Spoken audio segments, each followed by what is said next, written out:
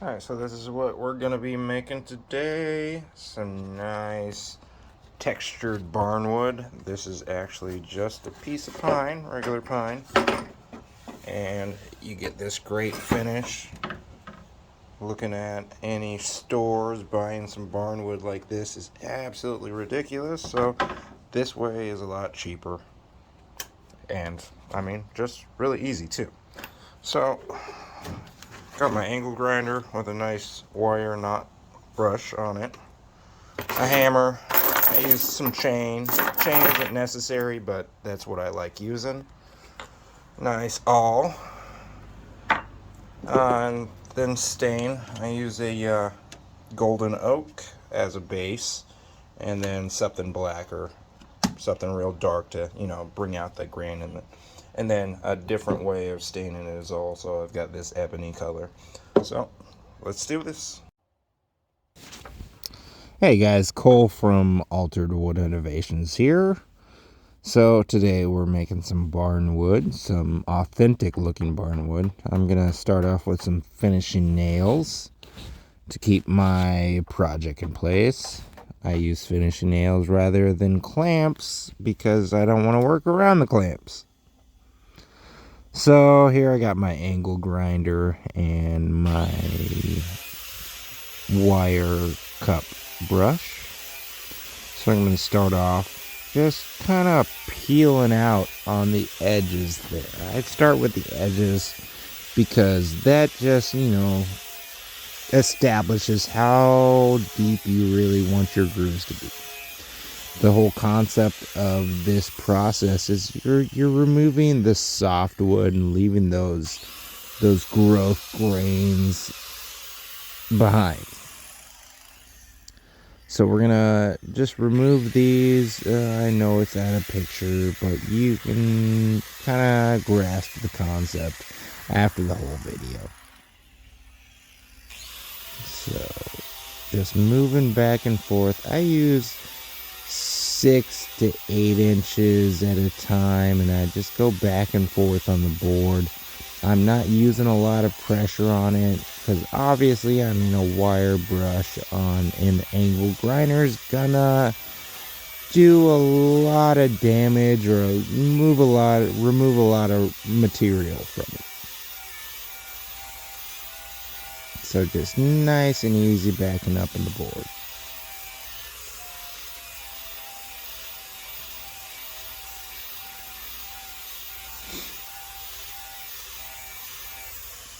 Once again, you'll see on the next board that I start here, you see me peeling off on the ends there. And that's what's going to give you those good end, authentic looking barnwood ends there. This particular piece is actually going to be for the cross members on a barn door, an indoor barn door in a loft for a client that we're working for. So I'm going back and forth. A good thing about this as well is it actually kind of emulates a sanding. You're going to get a little bit of fuzz on there. If you want to go a little bit lighter on it, it'll get rid of some of that fuzz. But keep in mind that creating these grooves makes it a little hard to sand because obviously sanding, you're looking for a flat surface to sand on. But you can also do it with the grinder. So we'll go through a little movie magic here and I'll speed up the video and get these boards all done up right. Maybe next time I'll have some creative music to go along with this. But in the meanwhile, just bear with me. So, after we get that texture done, we're going to go on to another method, and which would be wormholes. If anybody working with wood has seen some wood sitting outside for a while, worms are going to get into it. boll weevils, if you're from the South or the Midwest, as I am, you're going to see this. So I'm going to add a few wormholes using my awl and my hammer. And add these little wormholes. And just pair them up, move them along. And then on to the next, I'll use my utility knife. And just cut a little bit deeper grooves in there. Maybe something ran into my barnwood, chipped it off. But you can actually simulate these and peel them off there. Although it's not always necessary. I don't do it to every board I do. Because, I mean, keep in mind, if you're making a door, I mean, you might be dealing with 10 slabs of wood. You don't want to have to go through this process. But, I mean, it does look good if you're doing a cabinet or a drawer face. So, I mean, why not make the effort? And that's good. And it makes a nice groove, makes a lot of good texture to it. It looks nice. Anything that you can do to kind of, I mean, I hate to say damage the wood, but yes. So I'll take my hammer sometimes, use the claw of it as well, make a few dents in it. Again, we're making barnwood here. So we're not looking for perfects. We're looking for warm. So now this is my favorite part ever. Let's just beat the heck out of it. At the beginning of the video, I did say that, you know, I had some chain. I do like using chain. That's my preferred, because it just leaves more of a random mark on the wood. And, you know, when you're going to barnwood, you want some random.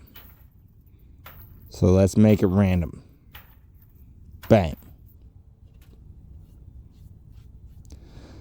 So let's move on to the staining. The staining, I start off with a base, you know, a light color. This is from Minwood. This is actually called golden oak. So I just paint that on with a sponge. You could use a roller if you'd like to. Rollers aren't my favorite. But I'm going to just cover this whole piece of wood with all that base color. And already you can see how this comes out. Next, I'm going to take a darker color with a sponge or a rag, and touch up some of those deeper grains of wood there. I'll soak it in there, dab it on there, and then I'm going to just kind of wipe it away. And it creates that just gorgeous grain color. The next way is just start off with an ultra dark stain. And as you can see, you know, I didn't start off with the right amount of stain. So again, using a rag, just dip your rag in that stain, that dark stain, and just rub it all over there. And in the end, you'll see, you know, I kind of use like the drier sides of my rag to kind of wipe it across and through the grain, and kind of just make the grain look great.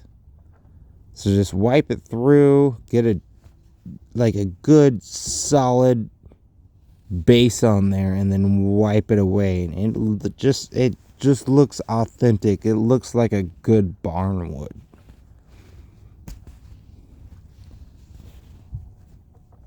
And that's the basics of making some good barnwood on a cheap budget. So if you liked my video, please go below, like it, subscribe to our videos. We will be adding more soon. Thank you.